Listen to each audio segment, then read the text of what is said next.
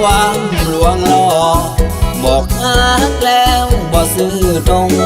คนหลายใจอายบ่ประสงค์บ่ลงในเสน่หาหากได้ตามสั่งเปรียบดังอาหารถ้าคิดว่าพอประมาณหากต้องการเหมาะสมราคาผู้หญิงลวงล่อ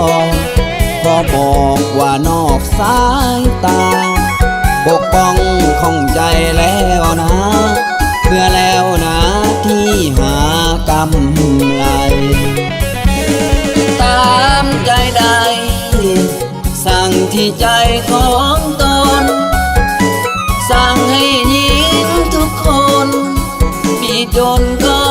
อย่าหลายใจถ้ามีรีโมทจะกดแล้วสั่งทันใดแต่ต้องหาแทบตาบ่มีห้างขายรีโมทหัวใจหากมีวิสาคาถาเวทมนต์จะเสกให้สายทุกคนหลุดพ้นเล่กลอุบาทบ่ต้องงอนงอหรือรอให้มันวุ่นวาย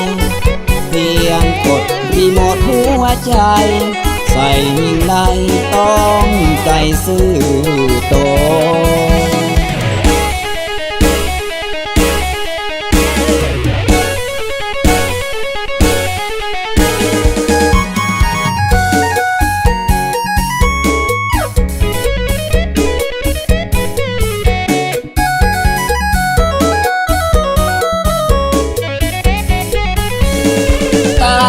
ใจใดสั่งที่ใจของตนสั่งให้ยิ้มทุกคนมีจนก็อย่าหลายใจถ้ามีรีโมทจะกดแล้วสั่งทันใดแต่ต้องหาแทบตาบ่มีห้ามขายรีโมทหัวใจ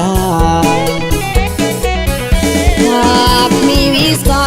คาถาเวทมนต์จะเสกให้สายทุกคนหลุดพ้นเล่กลอุบาทบ่ต้องงอนงอหรือรอให้มันวุ่นวายเพียงกดรีโมทหัวใจใส่ยิ่งใดต้องใจซื่อตรง